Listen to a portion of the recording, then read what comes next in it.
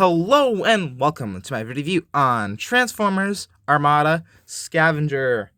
Now here he is, and he is an awesome green front loader, and he's got this cool like tilling thing, like to till some ground or something.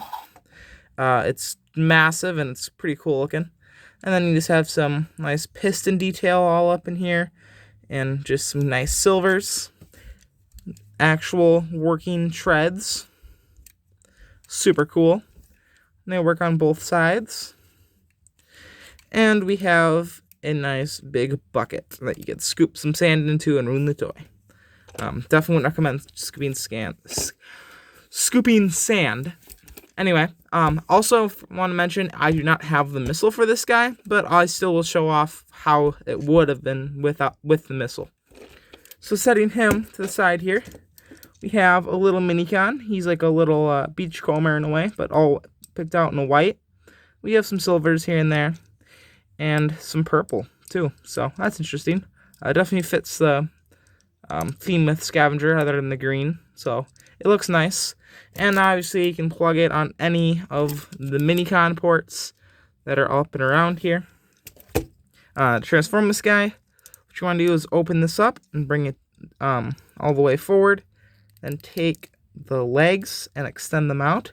There's just a little tab that goes right into there. And we can fold that out, and that will be the foot. So we can just do the same thing. It's on a double hinge. And we just fold out the feet. And then we can bring out the arms, which are a nice little tab there. They can be quite tough at some times. And we have his beautiful face.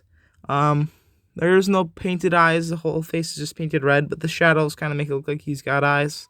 So that works quite well. And for articulation, we can go in and out here. We have 90-degree bend, kind of at the elbow. She's got very small hands.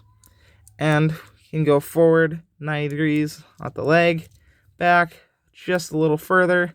And we have a very good knee bend and a toe pivot. So overall, pretty average articulation for a minicon.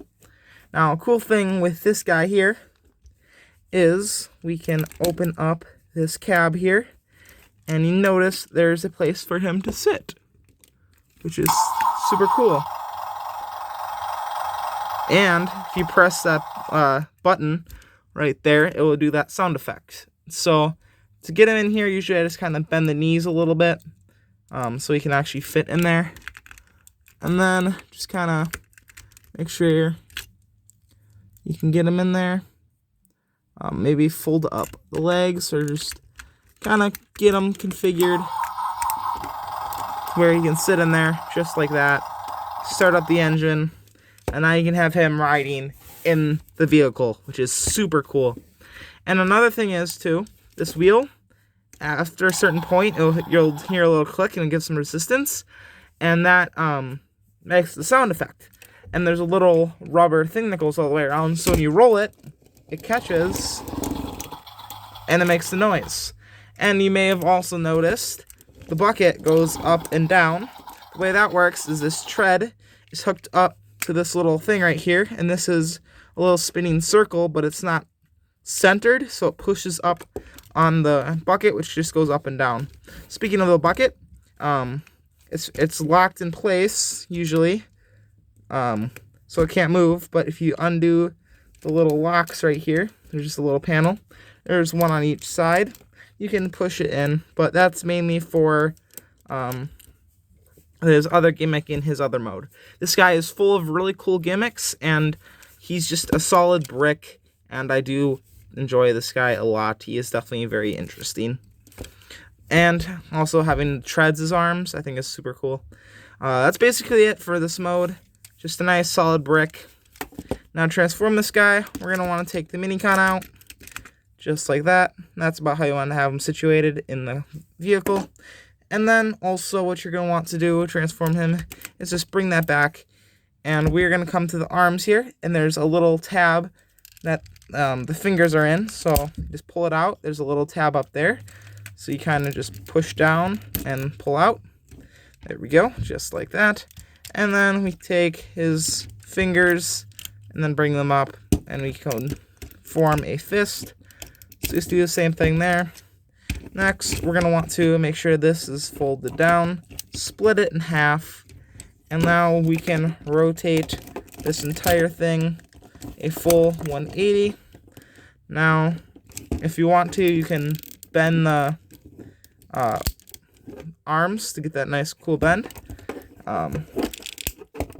Definitely not needed, but just gives it a little more dynamic look. And we're going to have to raise the camera up because he is getting quite tall. And then you just got to push up on the legs, or not the legs, the arms. And now we have an epic head reveal. There's Scavenger's head. And we have a little movable thing-a-ling right there. Little antenna. And then we can bring it forward, and then it will just snap right into place. Now coming to the bottom, we're going to want to bring these forward. And then going to want to rotate. One sec. Okay, I figured it out. So there's a little slider right here, and it won't stay. But once you have it in here, you can slide it back, and it will lock it into place. So just be careful of that. That's how I knock that off. Then you're just going to want to rotate this whole thing, and then bring this panel all the way up. Rotate this down. Fold out his foot, just like that. And then we're going to want to take this thing and put it back here. We're just going to want to line these two pieces up, and then snap them into place. You'll hear a little click. And we do the same thing on the other side. So we just push it this way, flip it all the way around, bring up this panel, bring out the foot, and then we can close in the little flap right there. And last but not least, bring up the chest plate, and there you go. There's Scavenger in his robot mode. Now to get him to stand better, since he does have this one gimmick, you want to tip forward. So you can just bring his toes down, and that will make him stay upright. So here he is in his robot mode, and he looks very accurate to how he did in the cartoon. And he is very gorgeous with that green. I do like this green. Articulation-wise, sadly, we have nothing at the head, although we do have some beautiful yellow eyes there. For the arms, we have a full 360. It can go out about that far. It can go in as well, I think. Yep, go in too. And then, obviously, we have that joint right there.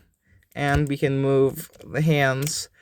And that's it. This guy is a definite brick, but he is a very fun brick, filled with a lot of different gimmicks. And one of those gimmicks being, also you can move his arms, and that makes noises too. So this guy's just filled with noises. And if you come to the side here, there's a Minicon port right there. And I'll just get this guy transformed real quick. Here he is back in his other mode. We can take that little Minicon port here, and then we can plug it in. You can find just the right angle. You might just have to take this off and get this out of the way. It just makes it easier. And you'd plug this in, and you'd push it back, and the missile would fire, and you just push back in the missile, and it would click back in. But if you push back, he makes another sound. So yeah, this guy is filled with really cool sounds, and it is definitely figure you would not want to be missing electronics on, because you'd be missing a lot.